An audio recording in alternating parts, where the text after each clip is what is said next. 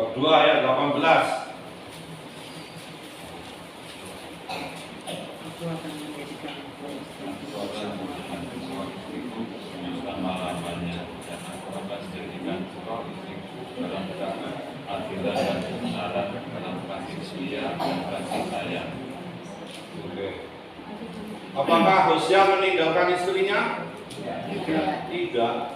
Apakah Hosea itu bisa ranjang sama istrinya? Tidak. Di situ dikatakan selama-lamanya. Selama-lamanya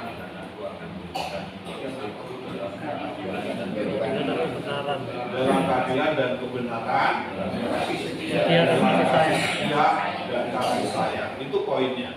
Itu Bapak bisa begitu. Nah, jadi kita bisa mengatakan bahwa mungkin banyak orang pada waktu itu akan mengatakan kepada Hosea, kamu tuh bodoh. Ya kan? Kamu itu laki-laki yang takut istri. Ya kan? Mungkin akan dikatakan begitu.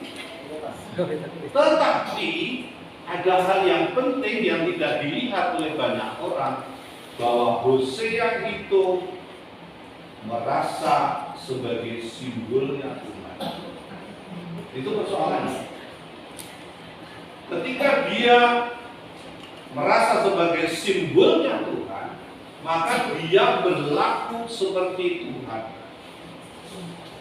Kalau Tuhan tidak pernah menceraikan umatnya, maka disitulah peran Hosea. Nah, yang kadang-kadang dilihat oleh orang itu kan hanya yang manusiawi, kan? Tetapi bahwa dia lambang kehadiran Tuhan, inilah yang sebenarnya harus dilihat oleh orang Israel. Itu kalau diteruskan ayatnya 21, misalnya ya. Nah ini, bumi akan mendengarkan gandum, anggur dan minyak, dan mereka ini akan mendengarkan Israel. Tadi kan melupakan, kamu melupakan aku. Jadi kita bayangkan, orang yang melupakan itu didengarkan. Lalu kemudian ayat 22 itu lebih lagi ya. Aku akan menaburkan dia bagiku di bumi, dan aku akan menyayangi Lo-Ruhama. Padahal Lo-Ruhama tadi kan artinya aku tidak menyayangi. Dan yang terakhir itu, aku berkata kepada Lo-Ami, umatku engkau. Itu sama dengan anakku engkau. Dia sama dengan aku ayahmu. Padahal artinya aku bukan ayahmu ya. Yang artinya itu kan, artinya kan sebenarnya sebagai manusiawi yang diperlakukan itu akan mengatakan, aku itu bukan ayahmu. Tapi di kemudian hari, justru apa yang dilakukan oleh Hosea, dia mengakui bahwa iya, anak itu yang kusayangi, itu yang tidak kulupakan.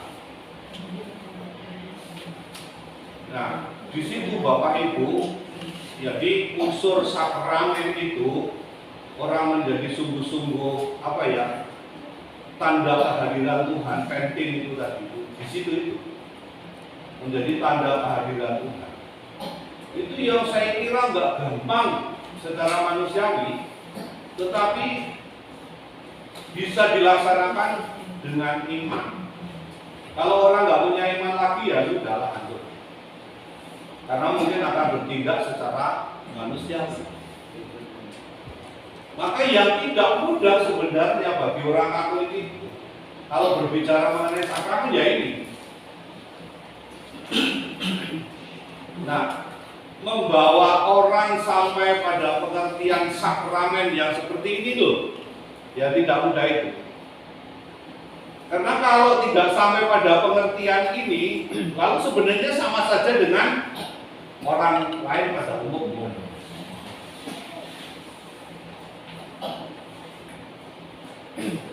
Jadi kalau sampai misalnya suami istri tidak bisa memaafkan, nggak bisa itu. Apa yang dilakukan oleh Rusia itu berat memang secara manusia. Tetapi di situlah letak sakramennya. Maka kan Yesus itu mengatakan mudah kalau orang baik itu mencintai orang baik itu nggak gampang. Tapi membalas kejahatan dengan kebaikan disitulah. Itu yang benar-benar di tempat kita itu ditekankan itu gambaran.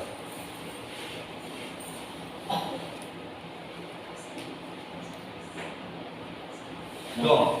Kalau Hosea itu bisa merasakan itu sebagai kehadiran Tuhan.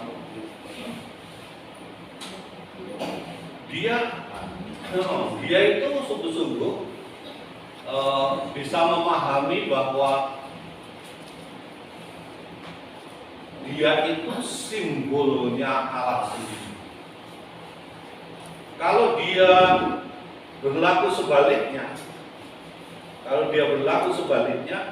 maka dia merasa bahwa itu saya tidak punya iman kepada Allah yang itu.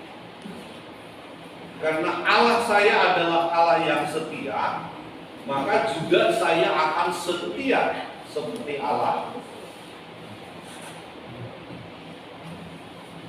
Nah, kesetiaan itu kan bukan hanya masalah kamu setia, lalu saya setia, itu mudah sekali. Tetapi saya setia kepadamu yang tidak setia. Dan saya menggunakan kesetiaan saya itu untuk mengangkat kamu yang tidak setia. Bukan menggunakan kesetiaanku untuk memukul yang tidak setia.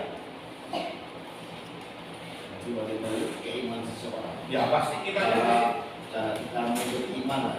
pahamnya dia mengenai Allah itulah yang dihayati di dalam hidup keseharian manusia sebagai simbolnya Allah. Nah, kita itu belum sampai ke situ loh Pak, kadang-kadang itu. Belum sampai. Jauh mau jauh. Jauh loh. Allah itu. Iya. Itu yang susah. Sakramen itu di situ. Sampai ke situ. Jadi yang kadang-kadang kita itu kan dia sakramen ya pokoknya 7 sakramen gitu ya. Apa-apa, tapi sebagai suami istri sampai ke situ.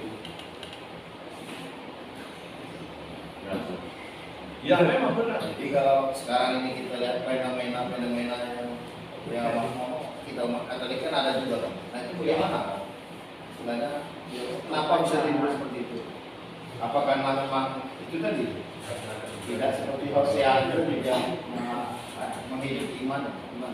Menurut saya memang mungkin ya dugaan saya itu pemahaman kita mengenai sakramen perkawinan belum semendalam ini. Belum semendalam ini. Kadang-kadang kan kita itu terjebak pada urusan birokrasi, administrasi, perayaannya, tapi tidak sampai kepada spiritnya yang begitu. Saya nggak tahu kalau di KPP itu ya dijelaskan begini, apakah mudeng atau enggak itu, apalagi itu sambil ngantuk-ngantuk ya. Habis kerja terus tiba-tiba dapat materi yang berat begini, meskipun tuh dikasih materi untuk awal gitu. Tapi mungkin belum sampai. Dugaan saya sih. Tapi dari pengalaman juga tidak sedikit orang yang mampu baik gitu ya dengan situasinya yang tidak mudah, tapi tetap mengatakan berat Bapak itu ya. Bapak itu berat berhadapan dengan situasi seperti itu. Tapi ya ini kita itu mengarah ke sana. Paling tidak itu sebagai keluarga itu arahnya jelas ke sana. Jangan nanti sebentar-sebentar kan lalu kalau enggak itu ya bisa dipulangkan saja ke rumah orang tua. Padahal pulang ke rumah orang tuanya kalau masih yo. Kalau enggak gimana?